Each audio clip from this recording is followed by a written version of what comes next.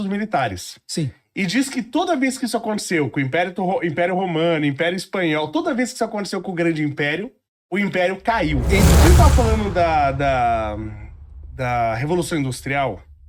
A gente teve, século XVIII, primeira Revolução Industrial, quando começa o uso das grandes máquinas a vapor e tal. E foi uma revolução. Quem tinha aquilo lá, a produtividade do cara era incomparável com qualquer outra coisa na história da humanidade. Então isso foi uma revolução. Perfeito. Né? Quando a gente teve a segunda Revolução Industrial no século XIX... Que foi a que pegou os Estados Unidos em cheio. Os Estados Unidos foi aquele que desenvolveu mais no século XIX. Um carro e tal.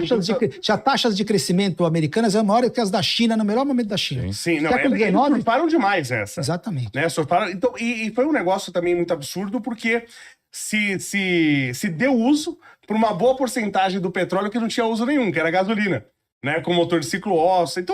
Então foi uma revolução, sem dúvida.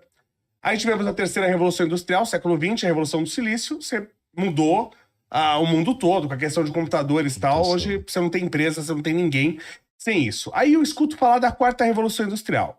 Falar, porque é a internet das coisas. Agora tá falando, não, porque a inteligência artificial é a quarta Revolução Industrial. Me dá a impressão que essa quarta Revolução Industrial tá meio forçada.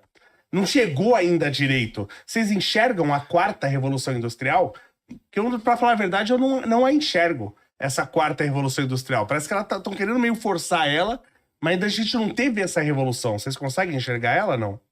Olha, eu vou dizer pra você que qualquer Revolução Industrial, ela respeita sempre o mesmo ciclo. É um ciclo que o Schumpeter ensinava, que é um ciclo de destruição criativa.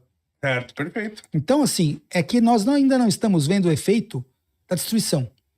A hora que esse efeito, vamos ver o quanto disso vai bater, se for de verdade a revolução, se a IA realmente for revolucionária, Sim. Nós vamos ter, de início, muitos layoffs, muitas demissões. Isso tem que começar a acontecer. Vocês estão enxergando isso já acontecendo, se ou não? for verdade, se ela realmente não for só uma coisa assim... porque existe uma tese de algumas pessoas que falam que a inteligência artificial, na verdade, ela é não é perfeita, porque ela não...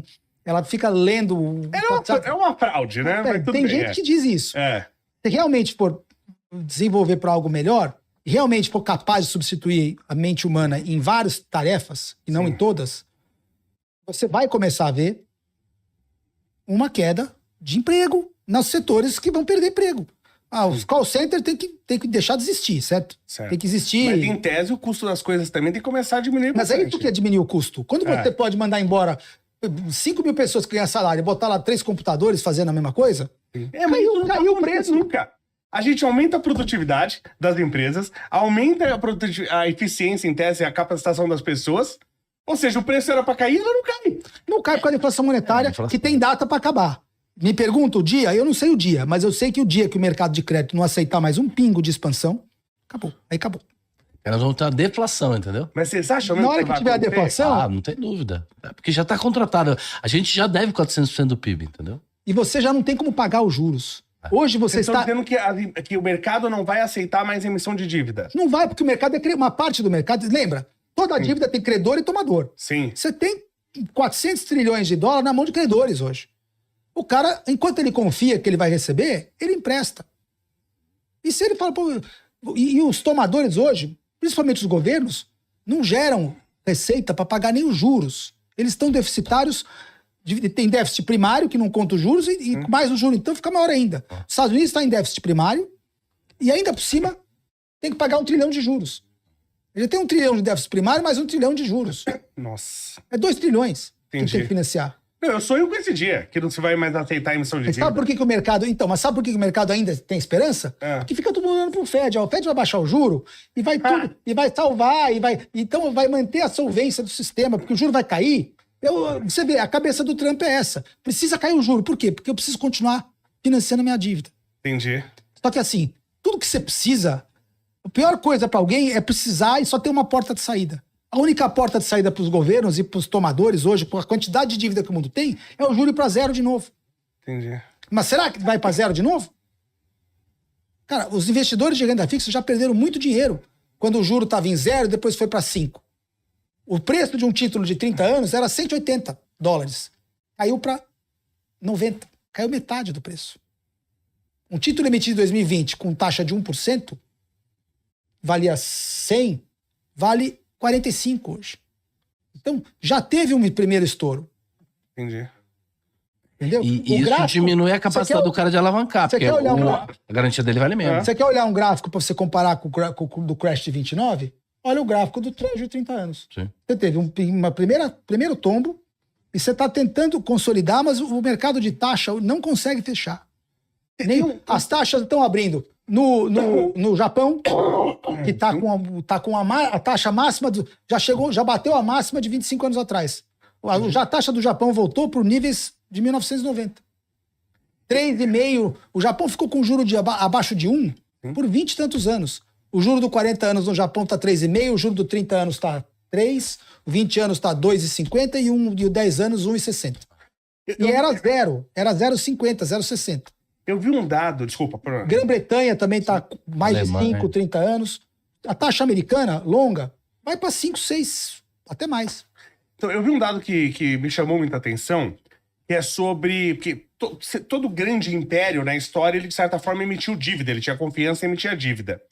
E aí você vê o custo, né, líquido da dívida americana, pela primeira vez na história, porque todo grande império, ele paga a dívida, claro, e ele tem gastos militares, porque ele é o grande império.